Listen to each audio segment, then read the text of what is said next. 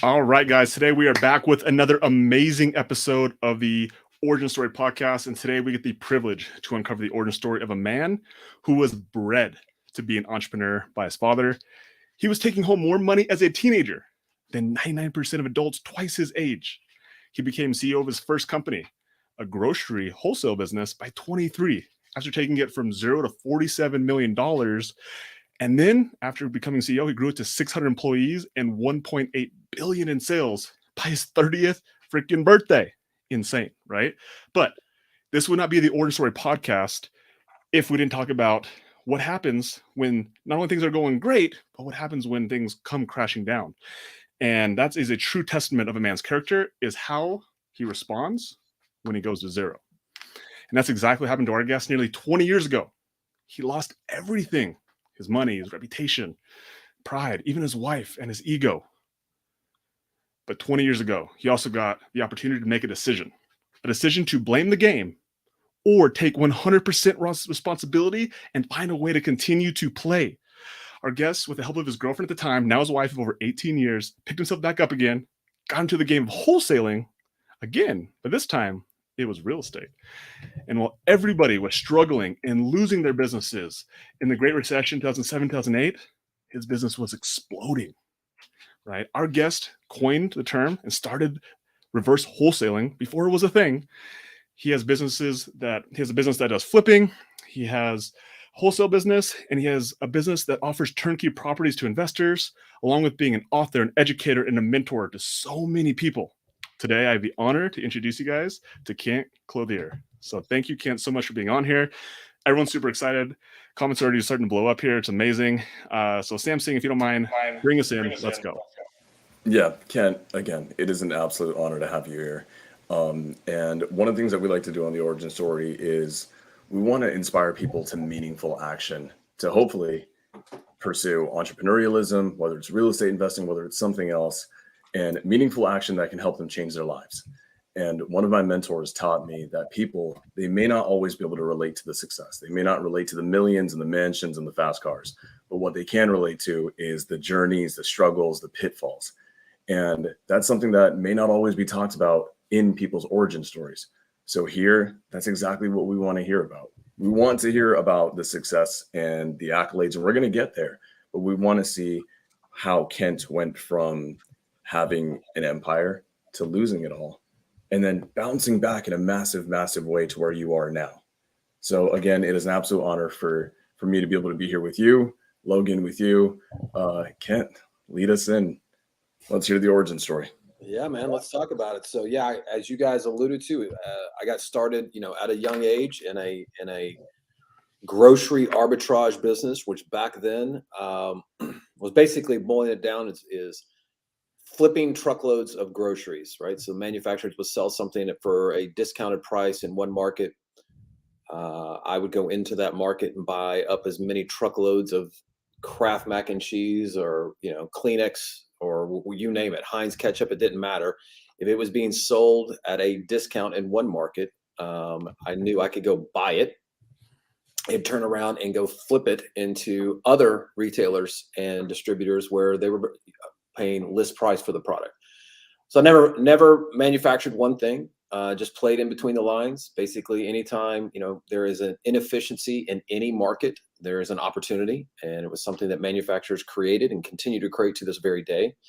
And then, as you guys alluded to, basically, I was the guy that I think that a lot of people can relate to, especially the guys that are here.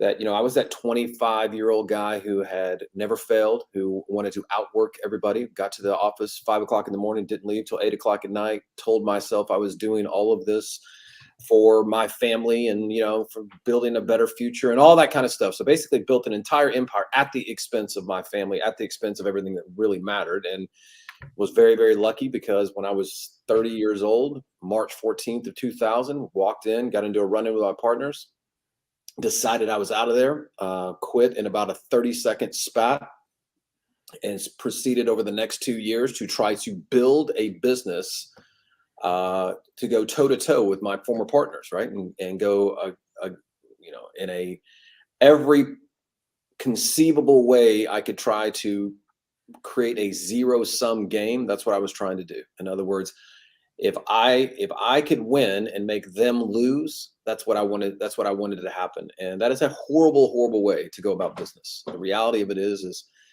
that, you know, you want to build, there's plenty for everybody, right? You want to approach business from an abundance mentality, not a scarcity mentality. But I was too young and immature, and quite frankly, had experienced way too much success for so long and was way too competitive that I believed I needed to put everybody else out of business in an effort for me to win. And that backfired dramatically for me. And so over a course of a couple of years, I proceeded to lose every single thing that I'd ever owned, between legal battles and bad business decisions and you name it. If I could have screwed it up, I was working hard to screw it up in those 2 years. And so, yeah, ended up basically in real estate because I had nowhere else to turn, right? Guys, I'm a product of, you know, you talk about an origin story. When you are just desperate enough to where you have nowhere to go but up, it is an extremely powerful place to be in. You know, and when you're at your weakest is probably when you are your most powerful, because you are forced to make decisions. You are forced to be put into a place to where effectively you have no options, right? We've all heard the story of burn the boats, right? Hernando Cortez, like when he went on the beaches in Central America and to go take on the natives and seize the gold, he instructed his soldiers when they got to the shores to burn the boats. Therefore, they had no option. The only way home was they were going to get the gold and they would have to build new boats. And therefore, his troops were very, very motivated. And I think that, you know, it's the perfect analogy for when you are starting out in a business. Many, many, many people, I would argue the vast majority of people, want to tiptoe. And I get it, right? They want that security. They want that, you know, well, I will do X when Y happens. When I know this will work, then I will walk away from a job or whatever the case may be. But for me personally, I had run out of all the options. I had burnt every relationship on the way down because it wasn't just good enough to lose all my money. I had to actually burn every relationship, you know, crush every friendship, go through a divorce, do all the things where I had zero options. So the only thing I could possibly do was try to start over. And I am a product of one of those late night infomercials, right? Those guys that you see talk about, hey, come on down. We'll show you how to buy houses with no money, no credit. I mean, I'm that guy. I went. And the difference between me and the other 1,000 people in the room is I was in the right headspace where I had to do something, right? Failure was not an option. A lot of people were kicking tires, and I just wasn't in the mode of kicking tires. I was in the mode of, I've got to figure something out. I cannot be broke. And I went after it very, very vigorously. It was a hustle. It was a grind. I was, you know, working my tail off, doing whatever it took to make it happen. But I quickly flipped, you know, a lot of houses and figured out that, all right, this is cool. I'll never be broke again because I know how to flip houses, but I don't have a business. And so over the course of the next few years, you know, Logan, as you alluded to, I became extremely passionate about using everything I had learned in all of my previous experience, bringing that over into this new real estate hustle. And one of the few guys, if not one of the first guys, to turn wholesaling into a really, really big business. You know, our company now, our investment company flips 120 houses a month. Our wholesale company wholesales 40 houses a month. You know, our property management company manages 7,500 single family homes to this day. And so it is you never know where it's going to go. I can tell you, as it relates to, again, the origin story. You know, Steve Jobs has an amazing quote when he gave his Stanford commencement address. If you've never watched it, I highly recommend you go watch it on YouTube. And he says, you cannot connect the dots looking forward. You can only connect them looking back. And what that means, at least certainly what it means to me, is that when you're in it, you have no idea you're in it. Yeah. You're fighting. It's a struggle. You certainly have to have some, you know, you got to start with the end in mind as much as humanly possible. But most people, when they're starting their entrepreneurial journey, it is about one thing. I don't want to be broke. I want to figure out a way to make more money. I want to figure out a way to not have to work for somebody. I want to try to figure out a way to control my own income, control my own destiny. And when you approach that extremely vigorously, and you are learning along the way the lessons that life is teaching you, and putting like I said, systems, processes, people in place, when freedom and time become a huge part of what you're trying to do, again, you'll sooner rather than later, you'll arrive at a place, at least I believe this, you arrive at a place and you look back and you're like, oh, I get it now. That's where, when I made that decision, it made a huge impact. That relationship made a huge impact.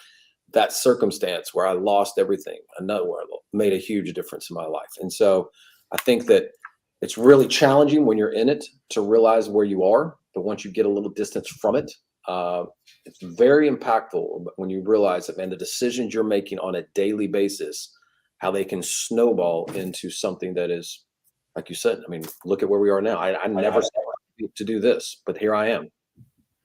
Wow. That is, there's so much to unpack there. There's so much to unpack there. And one of the things, I love this. This is a theme that's been kind of prevalent a lot. And that's about, I love the fact that you talked about burning the ships, burning the boats. When I got into this game, I basically had to decide that because I loved the previous industry that I was in, that there would always be a little bit of a feeling of wanting to go back, right? And I knew that if I wanted to make it in this game, I had to basically burn the boats. So that rings true with me. And another thing I love that you said this is that when you're in it, you don't know that you're in it. You have no clue. It's just, you're just going through the motions, and life may suck or life may be great, but it's not till a year later where you start really having the perspective to realize that these things connected this way have yielded this specific result.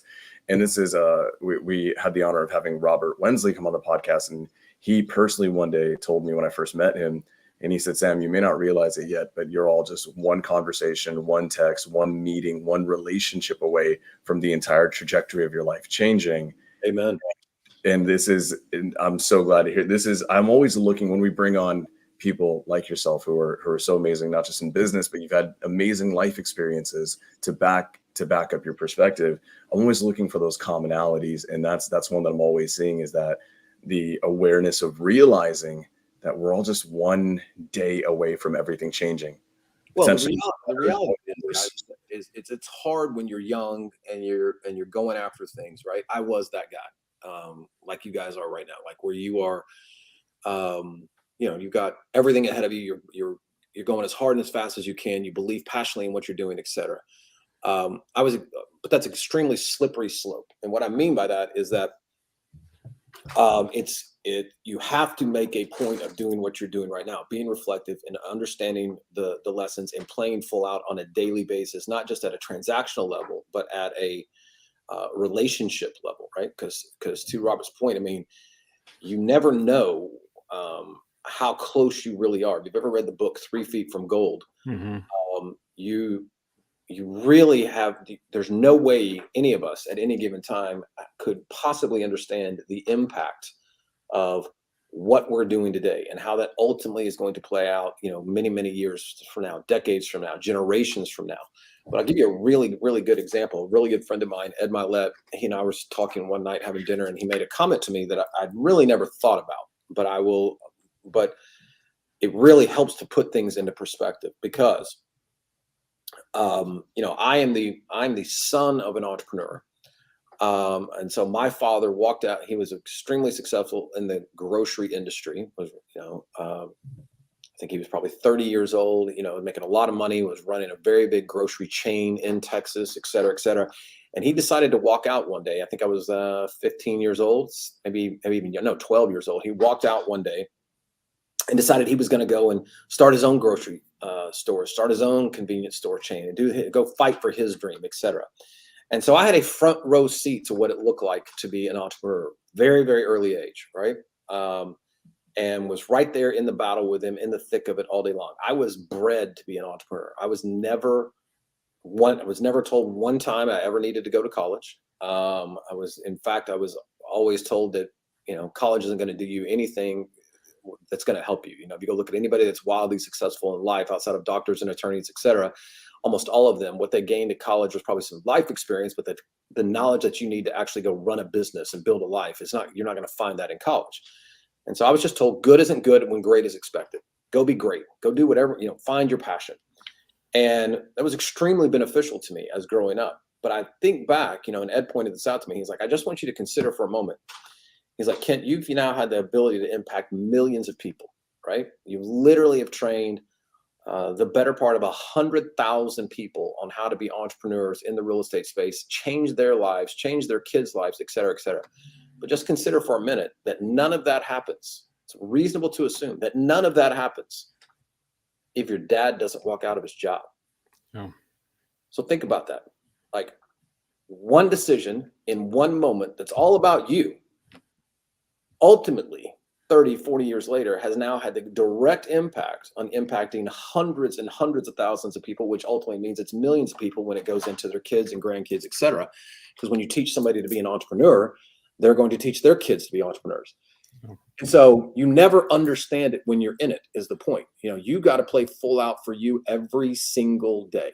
And you've got to go and fight. You have an obligation. If you're in this country at this time, you have an obligation to fight and fight hard to make your dreams come true. Nobody's going to do it for you. And I guarantee if you do that more often than not, the person you become along the way and the people you impact along the way will be much more rewarding than you've ever even imagined. Ken, I really like, I'm feeling your energy. I can feel like how committed you are and how much like you enjoy this. And like, this is like the way you talk with certainty is very magnetic. It's very attractive. And I want to touch on the point with your dad. Like we're looking at it now, 30, 40 years later, but what was that relationship like as a kid, as your dad grooming you to be an entrepreneur? Like, what were those conversations like? Brutal. Yeah. I hated every minute of it. Let's talk about that. Kind of tell us what are the things that some of the things that you went through. Yeah. So as a kid, the expectations on me, I mean, I worked inside of all my dad's businesses as we were growing up. I am by default, I'm the firstborn. I am my father. So our personalities are extremely strong. And therefore, as I got older and as I became more self-assured, more successful, better at what I was doing, ultimately we knew we could no longer actually work together. So he runs the investment side of the business. I run education, coaching, everything I do over here. And it is symbiotic today. And but even to this day, we have our challenges working together in any meaningful way because we're extremely strong personalities. And so my father was 19 years old when I was born, right? So as I'm 15 years old, starting to figure out who I am as a young man. I mean, this guy's only 34 years old to me. So I mean, he could whip my ass at any given time. I mean, it was no joke, right? And so he was a really, really strong personality, still is to this day. Very, very confident and 100% believed in what he was doing and pushed really hard down on me and my brother at the time for us to be great at anything we set our mind to do. Again, good wasn't good when great was expected. So even when we felt like we had accomplished something, if we knew we could do better, he wanted that out of us. Now, he wasn't militant or anything like that, but he was, we were expected to get good grades. We were expected to be disciplined. We were expected to be, if we were going to go out for the sports, like I played football and baseball and track and everything. My brother did the same in Texas, right? Where, Texas high school football is a religion. We were expected to be, the best on the field if that was possible for us. And a lot of that along the way, you don't get to a place where you're running a $2 billion a year company when you're 30 years old without having some real world experience, number one, and being groomed to make that happen. Along the way, I hated every bit of it. But as I got older in life, I realized how big of a gift it actually was, right? And so, again, when you're in it, really hard to appreciate it, but able to connect the dots when you're looking back. I wouldn't change anything about it because ultimately I don't think I would be the guy that I am today if I hadn't been brought up the way I was brought up. But I can tell you, growing up in that environment, especially as a young man, was not particularly enjoyable. So as the audience listening, most of them are not going to have an opportunity where they grew up in a household like that, where they have an entrepreneur father who's going to basically be their mentor. And so you obviously throughout the years now have been you are now an educator, you're a mentor as well. So how has that impacted your ability now to be a mentor and coach? Like, do you use a lot of that same philosophy and things that you learned when you coach people? Like, are you like to the point? Tell us a little bit about your style of how you help. My style That's a great question. My style is extremely, brutally honest, extremely authentic. I do not pull any punches with anybody, whether I've known you for 5 minutes or I've known you for 50 years. I don't care. I am all about one very specific thing in life, and that is collapsing time. Yeah.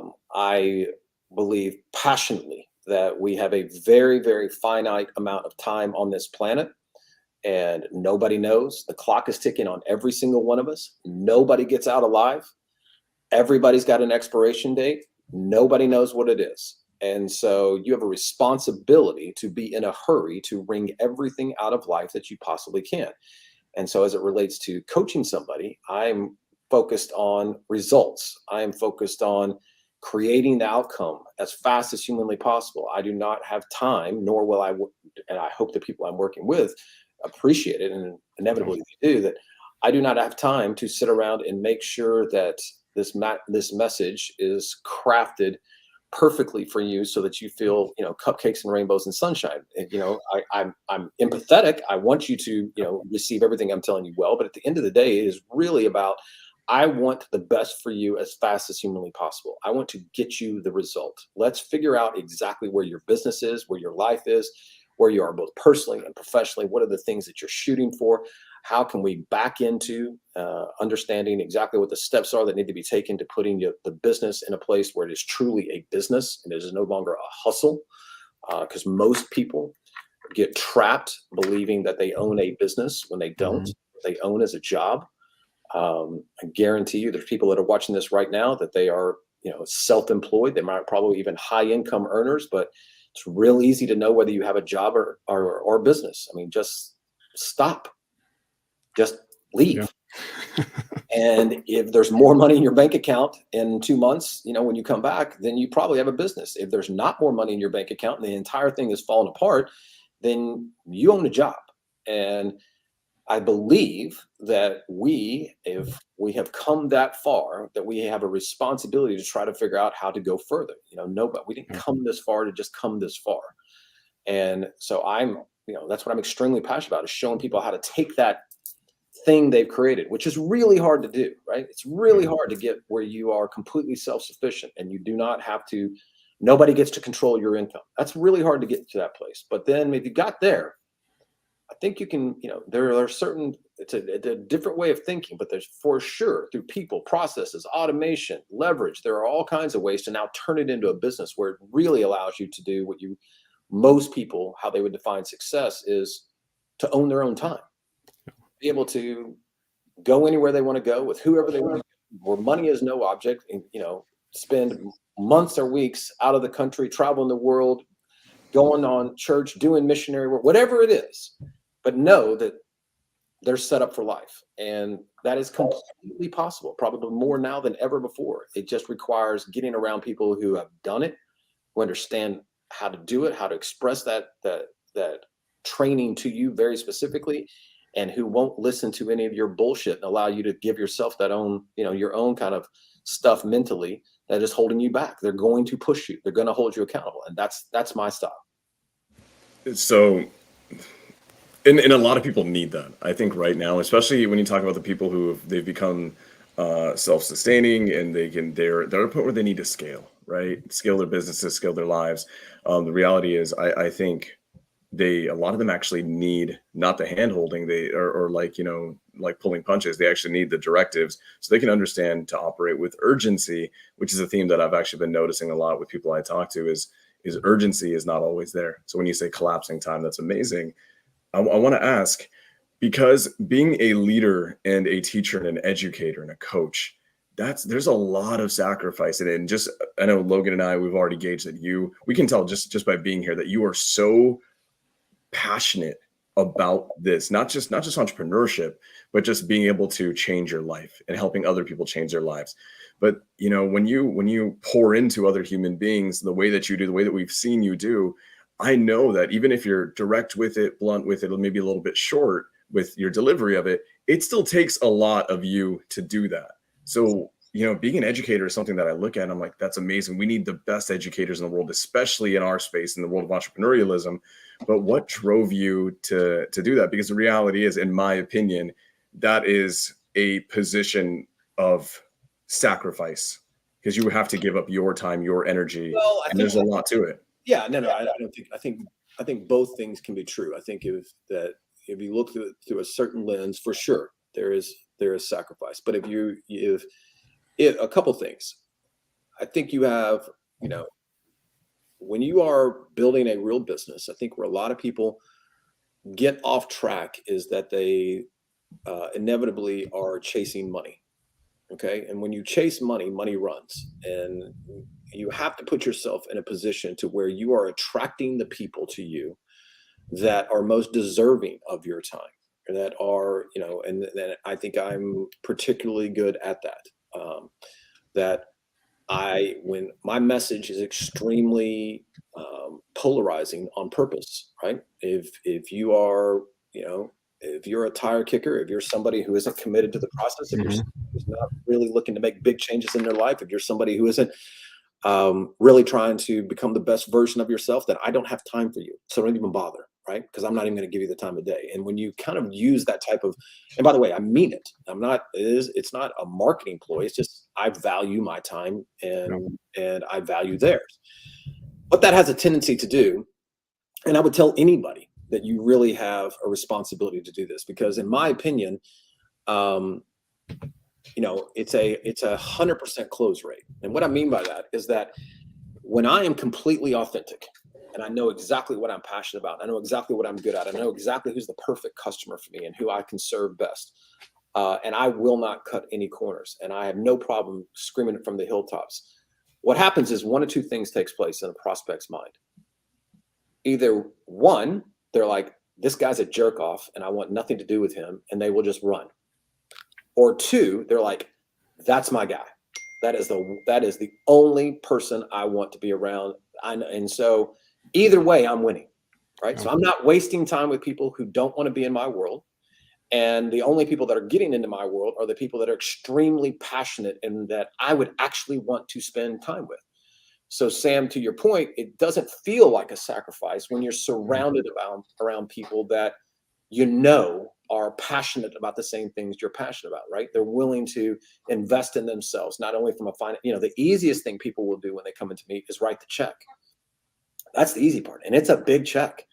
But they're going to get held accountable. They're going to have real skin in the game. They're going to get pushed harder than they've ever been pushed, but they're also going to realize results they've never thought that was even possible for them.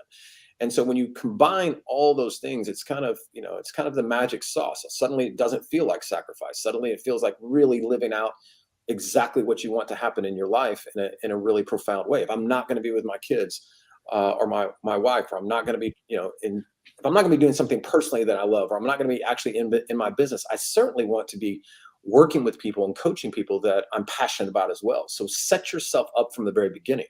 It isn't about whether you can write the check. It's about whether you're cool enough and can write the check. And when you do it that way, then things don't feel like it's much of a sacrifice. I hope that answers your question. No, it absolutely does. And I figured that, doing it at that scale, right? The reality is you've done well. You've definitely done well enough to not have to go and teach. I mean, how many people? Is it thousands? Is it hundreds of thousands, with the ripple effect of how many people you've affected? But I see, like my mentors, I look at Pace Morby and the amount of lives that he's affected, right? I look at Jamil Damji, the amount of lives that he's affected. And I can, from a day-to-day perspective, I've realized that all these amazing givers and coaches and educators, the ones who really should be in the positions that they're in, not the ones who are like really time wasting, just selling courses. It's always unique, and I always want to hear their perspective on what are they actually getting? Because I know a lot of it for Pace, it's not the money. I don't think the money matters at all to Pace. It's the community. It's the ability to affect change. I believe in exactly what I told you. I believe that it serves a much higher purpose for me. I believe that there are people that are designed to create impact in the world. I mean, again, going back to, somebody who this is an amazing question for, somebody like Ed Milet, right? This is a guy worth hundreds and hundreds and hundreds of millions of dollars. You know what he doesn't have to do is go do speeches all over the country. He doesn't have to go do podcasts, and he doesn't have to write books, but yet he does all of them, right? He realizes his purpose in life is he is one of the unique people on the planet that are designed to create massive impact on the world. Like that his messaging, his teachings, his strategies, the things that come out of his mouth actually matter to people. And I believe I'm cut from the same thing. And Pace is another one. Like there are just people that it's not about the money. So don't chase the money, because if you're getting in for the money, I can tell you get in for the wrong reasons. It's not that there's not good money there, but if you're actually there to create impact in somebody's life, that that you can wake somebody up, that you can unlock something inside of somebody, then you're good at that and really help them realize their potential, then I feel like you've got a responsibility to make that happen, because those people are very, mentors have played a huge role in my life. They play roles in your life. I mean, that's the role. If you have the ability to reach down, pull somebody up and unlock something inside of them where they can get, maximize all their potential, then man, tell me, when you get down to the final seconds of life and you're looking back, that's a life well lived, man. I mean, I tell everybody a lot. My why is very simple. When I think everybody should understand exactly what their why is. Everybody's going to go out at some point, but man, if you get there, when I go out, I'm looking down and I see my two little girls sitting next to my casket, knowing that somebody will get on an airplane and fly all the way across the country, if not all the way from the other side of the world, just to show their respect to my two little girls, and walk up to them and say, your dad mattered. When that goes down, if one person does that, that is a life well lived. And so that's what I'm setting out to do, is make sure that somebody at the end of the day will walk up to my kids and say, man, your dad really mattered.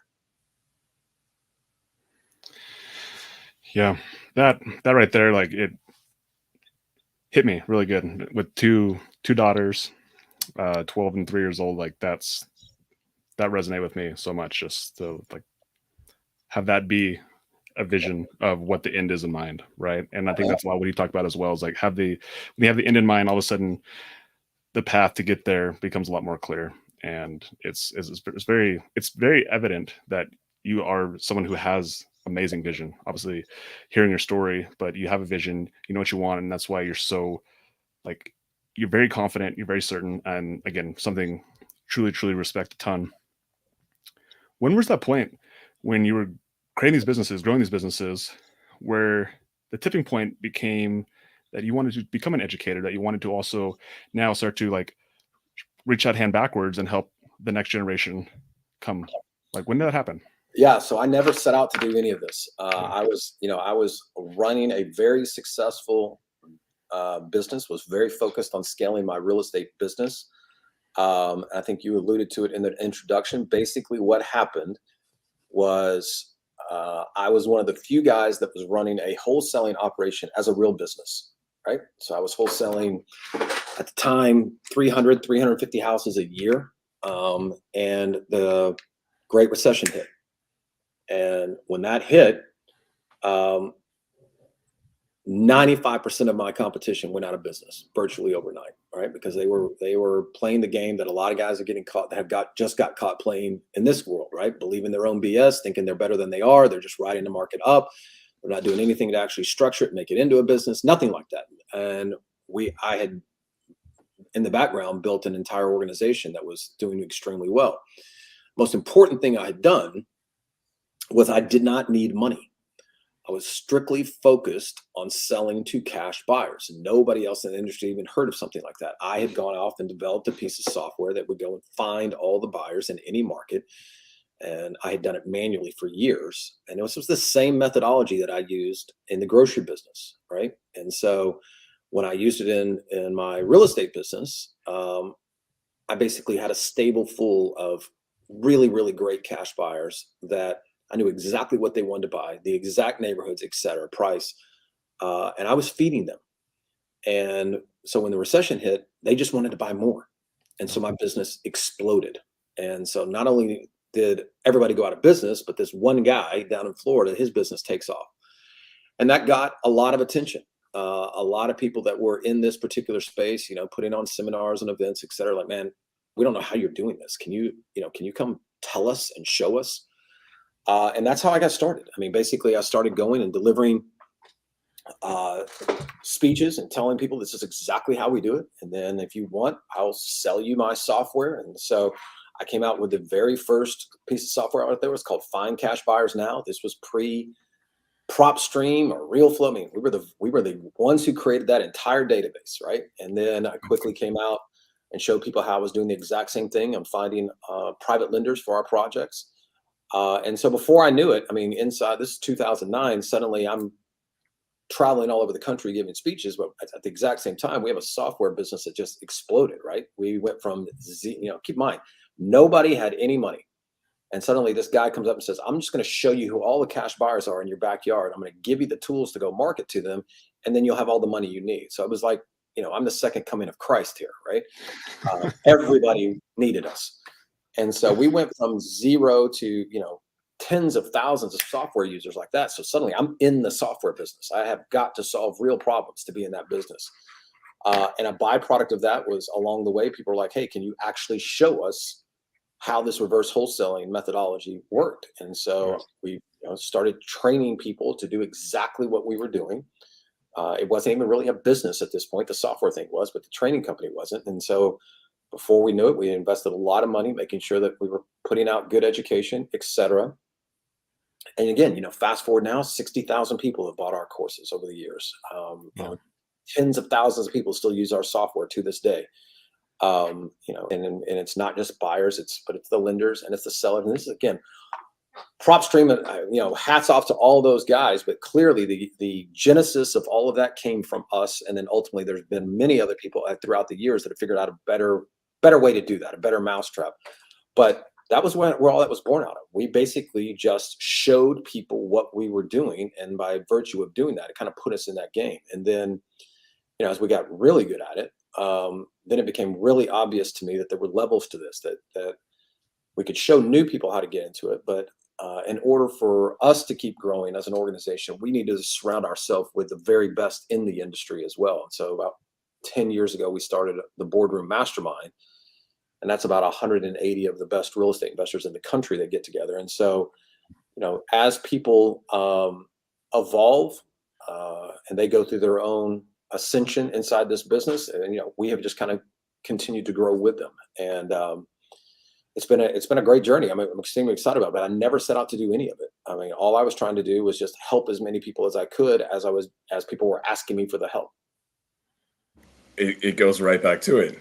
When you're in the thick of it, when you're doing it, you may not have realized that the first time you were asked to speak on a stage and talk about the software that you had been using that allowed you to crush it during the recession, you may not have realized that it was just trickling to this mass effect that you've had. That's exactly right. Wow. And then you get, it's always an honor when somebody like Pace or whoever else, most of the guys out there in the industry that are highly respected at some point, again, never knowing it when you're in it, they come up to you and they're like, man, I got into this business because of you, or you've had a massive impact on me, or I watched all your shit, 10 years ago, whatever it is. There was no, I would love to tell you there was this big architected master plan. The reality of it is just keep moving, man, keep going. And the moment we realize that we've got something, again, the process is very simple. Do the things to give as much as you can. Take care of the customers as best you can. And once you realize there's actually something there, you're filling a need, well, then you have a responsibility to turn it into a business. And once that turns into a business, then naturally there's going to be other businesses that kind of start spinning out of it. And so every one of our businesses have ultimately kind of gone through that same organic process. Once we understand we've got something that is extremely valuable and people see value in it, there's demand, then we start figuring out how to put the people and the processes and the leverage in place to make sure we're maximizing that opportunity, because those opportunities do not come along very often.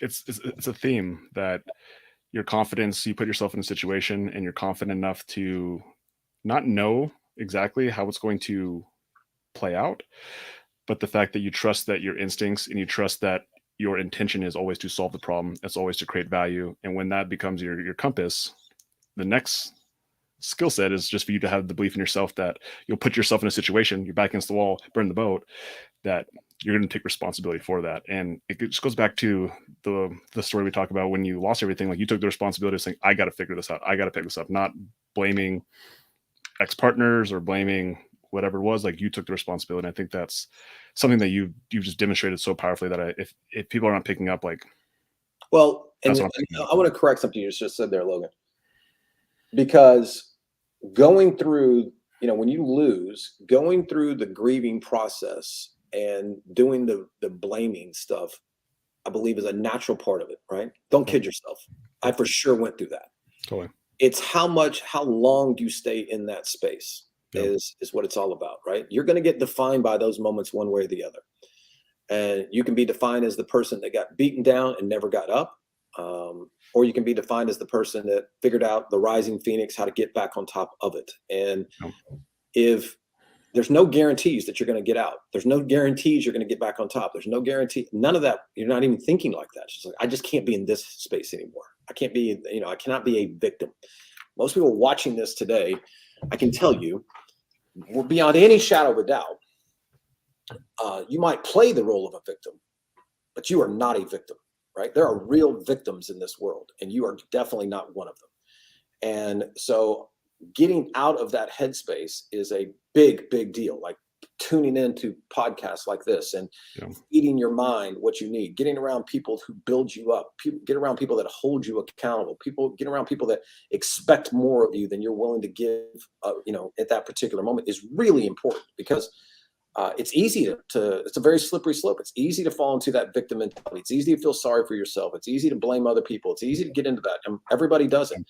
But it's what you do in those moments ultimately, and how fast you get out of it. Are you focused on the obstacles, or are you focused on the opportunities? Because the obstacles exist, right? There's nothing easy about anything any of us try to do. But the opportunity to live your life on your own terms is so big, and you get more what you focus on. So just stop focusing on the stuff that's in front of you, because that plays into the victim mentality. Start focusing on, man, I'm just not going to be this guy. I'm not going to be this girl. I am not a victim. And if you want to see real victims, go to a place like, Managua, Nicaragua, or go to Haiti, right? And you'll see what real victims look like. You'll see what it really looks like to be destitute. You'll see what real problems are. Be grateful for your problems, man. At least I live in a place and at a time where these are my problems. I get to solve this, and nobody's telling me it's going to be easy, but at least these are my problems, right? My problems aren't, I don't have any food. I have young children. I can't provide, shelter for them. There's no clean water. There's no clean sand. Those are real problems. Those are real victims, right? We are not those. And so when you kind of get into that headspace as fast as humanly possible, then it becomes pretty straightforward navigating your way out of tough times. But don't kid yourself. I didn't sit around, at all and say, I got this. No, there was plenty of times where I was like, man, I'm struggling. I don't know what to do, but I'm going to figure it out, because I'm not going to be this guy. I appreciate your perspective and your wisdom. Obviously, you've been in the game for 30 plus years, right? So you have that perspective, which it's so valuable. It's not talked a lot about in the space, is that you have the arrows in your back, you have the experience. And I think the way you said it is actually much more useful for the listener, is that your reaction is going to be to maybe get scared, maybe to blame, maybe to point your finger.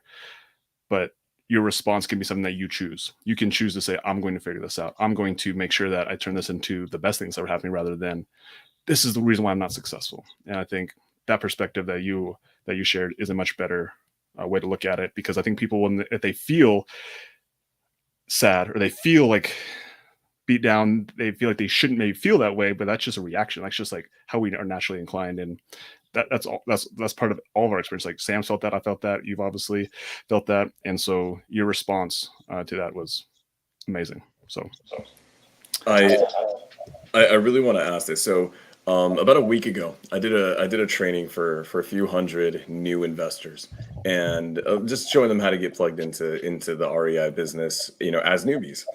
And one of the things that we went over is, obviously we always start with clarity, with mindset, and I really wanted to ask them about their fears, because I wanted to see what other people's fears looked like, because other people, they have different lives, they have different scenarios, circumstances. And when we sit here and we listen to you, because you speak with so much clarity and conviction, it's like, I know Logan, I don't know, well, actually, I don't know about Logan, but for me, I've been taken back this whole time by it, because it's just, you don't run into this energy at all very often. It's so rare. So, I mean, are there are there fears that you currently have, or I mean, have you just gotten to a point where you've been able to extinguish all of those? No, dude, I have fear every day. I mean, here's the difference, right? People that are trapped by fear they're trapped by a fear of failure. They're trapped by a fear of judgment, right? When you realize, and again, as you get older, this becomes just even more clear, but when you realize that you're going to get judged either way, right? So if you're brand new to this game and I'm afraid of talking to a buyer or talking to a seller, and what if I don't know the answers, or what am my family going to say if I go out and try something new? Let me help you understand something. Do nothing and they're still going to judge you. Yeah. That's just between social media and what's going on in the world out there today, everybody's got an opinion on everybody's life. And they're not afraid to go put it on blast on a daily basis. And so you're going to get judged regardless of what happens in life. So you might as well get judged by trying to fight for a dream. There's no nobility in being trapped by the fear of failure. When you can reposition fear and have a healthy fear of regret, that is when life gets really good. In other words, I have fear. I have a lot of fear. My fear that I live with on a daily basis is a fear of regret. Could I have done more? Could I have created more experiences? Could I have done more to create more impact in the world? Could I have done better in business and in life, as a husband, as a father, as a brother, as a son? That's a very healthy fear. And I have a fear of time. Like, I want to make sure that I am wringing everything out of every moment that I have. So fear is a very real emotion. Positioning fear correctly, it suddenly puts the wind at your back instead of the headwind in front of you. I just fear regret much more than I fear failure. I am not afraid of losing everything. And part of that comes from having lost everything. Yeah. I have that wisdom. I have that experience. If you'd asked me in my 20s, what would happen if I lost everything? I guarantee you, I would have told you my life was over. That how would I ever recover? But once you actually figure out that stuff doesn't kill you, and that you will survive, and you have survived 100% of your worst days, when you gain some of that wisdom and some of that knowledge and some of that experience, for sure, you become a much more powerful human being, because you just refuse to. Think of it when you're a child, right? And how naive you are. And most of us don't even remember this, but we certainly know the analogy that, and we were little guys and we were out there jumping off of couches and jumping off the top of bunk beds and jumping off of coffee tables and, doing dumb crap in the backyard. And, we were doing because why would we do it? Because we had no appreciation that we could actually get hurt. Yeah. Right? We didn't have any kind of wisdom or experience that told us that we could get hurt. So we were fearless. We believed we could do anything. And what happens is, as people get down in their life, the world is beating them up. The world is basically somehow trained them through their friends and their family and the media and everything else that they should be afraid of taking risks. They should be afraid of putting themselves out there. They should be afraid of making themselves vulnerable, of fighting for a dream. And nothing can be further from the truth. Remember how you were when you were a kid, that naivety where you believed that you could accomplish anything. And when you believed that you could accomplish anything, you naturally just went for it all. You did it all the time. And having a healthy dose of that in your life and exercising that and flexing that muscle is extremely powerful. And then, the last thing I would share with you as it relates to it is, what choice do you have? If you were talking to 200 brand new investors and they were fearful, which is natural, but if you educated them on just how fast life is slipping through their hands, the average American male lives to 78, average American female lives to 82. If you just go subtract your current age from that number and you go multiply that times 365, that is how many days you have left on this planet, statistically speaking. You go put that number on a whiteboard, and you go put that number on a monitor, or you go put that number in your car, you go put that number on your master bedroom, the bathroom, and where you brush your teeth and comb your hair in the morning. You count that number down every day. Take a dry erase marker and write it up there on that mirror. And every day when you wake up and you get done brushing your teeth, you go and count down that number every day and watch your life tick away. I promise you, you will get empowered really quick to start taking action, and you'll stop living in this fear of what other people think or falling down or anything else. Man, that's a fear of regret. Like I want every one of those days to be amazing. I have no intention of not getting everything I can out of every one. And any day I don't, I'm trying to make up for it on the next one. And I believe when you have that kind of accountability to yourself, and you have a healthy appreciation for fear, not the other side, that's a key ingredient to being really successful. Yeah. You know what you said right there, just it rings so true. I actually got a gift from one of my mentors named Dr. Trevor Kashi. He gave me this gift. I'm looking at it right here. It's called a life calendar. And it's exactly what you said. And it's a stoic calendar. And I put a little X on there where I'm at. And this one goes to 90. So probably 12 years long. But I look at it every single day. And that's exactly what it is. And there's a little message down below. It says, wait, but why? Right. And so it's like one of those, just like behind you, that time is now. It's like, it's that message, like something that sinks in. That's like, I could put this off, but wait, but why? Or the time is now. Like whatever that motto is for you, whatever resonates, it's like time to take action because tomorrow's not promised. And it's so powerful when you act that way, when you act with like on purpose, with intensity. intention. Yes. Exactly. This moment matters, right? I get asked all the time, why don't I wear fancy watches and all that kind of stuff? Man, I have a wristband that is on my wrist that says the time is now. And funny thing about it, every time I look at my wrist, that bitch is right. And all the watch I need. And I would tell you that just, when you kind of get more into that headspace and have a healthy appreciation for the moment that you're in and to do as much with it as you possibly can, I think you string enough of that together, and you get a guy like me, some redneck from Dallas, Texas, that never went to college, barely graduated from high school. But man, if I can do it, anybody can do it. I can tell you that for sure. This is not about knowing more. It is not about being really educated. It's about just taking action in the moment and going for it, and being willing to fall down along the way. That's what it's about.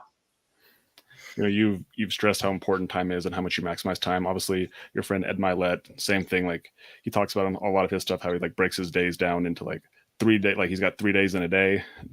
His 6-hour increments. Amazing. A lot of these successful people that I also know personally, they're like very diligent about their time. They're intentional as you proceeded. And so as we start talking about another concept you talked about is the end in mind. Like for the rest of this year, like what is your intention for the rest of the year? I know you have an event coming up, Scale and Escape. What else do you have on the agenda for the rest of the year for you personally? We have, our boardroom mastermind. We've got 3 more events for the rest of the year for that. As you mentioned, we have our Scale and Escape. We've got a lot of, our goal right now is to try to maximize our reach, both in our investment business and in our education business, specifically at the mastermind level, to try to, there's a huge gap in the industry that I think I am uniquely qualified to address, right? There's a lot of people who talk to the brand new investors as they come into the space.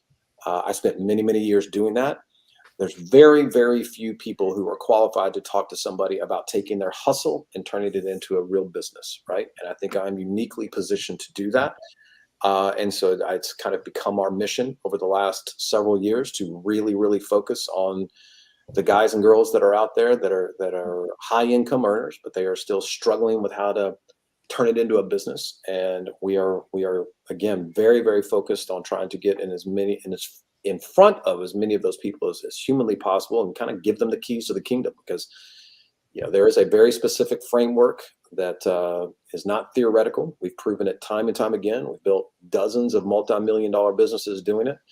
That if you follow a very kind of specific framework and are super intentional with the moves that you make, when you make them, the sequence, the order, then you are putting yourself in the best position to actually scale a business and ultimately escape, kind of the grind there, right? And I think that to me is, not only the rest of the year, but for the foreseeable future for us, we are very, very focused on is making sure that message gets into as many hands of as many people as possible.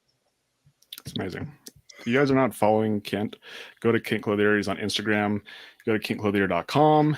And if somebody is like I want to get into your airspace. Obviously, you have all the free stuff out there. You have a YouTube channel. You have lots of interviews. So again, like go watch lots of interviews. Obviously, watch this interview over and over again. However, if somebody wants to get into your airspace and they want to, they want to pay. Like where should somebody come in? Obviously, everyone's a little different situation, but is attend this Scale and Escape, is that a good? For sure. If you want, go to scaleandescape.com for sure. If you're the right fit, and you're really trying to take it to the next level, that is a great place to get a really good drinking from the fire hose kind of experience to get into our world, right? Where you're going to get a lot of information. You're going to get a lot of exposure to me, my team. Ed Milet will be there. A lot of really high profile people will be there. A lot of our boardroom mastermind. You want to hang around the best in the business. That's a great place to go. And so I would highly recommend that. If not, for sure, just hit me up on Instagram and, we can begin the conversation there. It's not only monitored by me, but it's monitored by my team. Just hit me up with the DMs and we can start having a conversation there. You can always go to kentclothier.com. If you really want to get into our world, you can always go to theboardroommastermind.com. But again, we certainly have all the resources and everything to help the new investor. But to your point, if you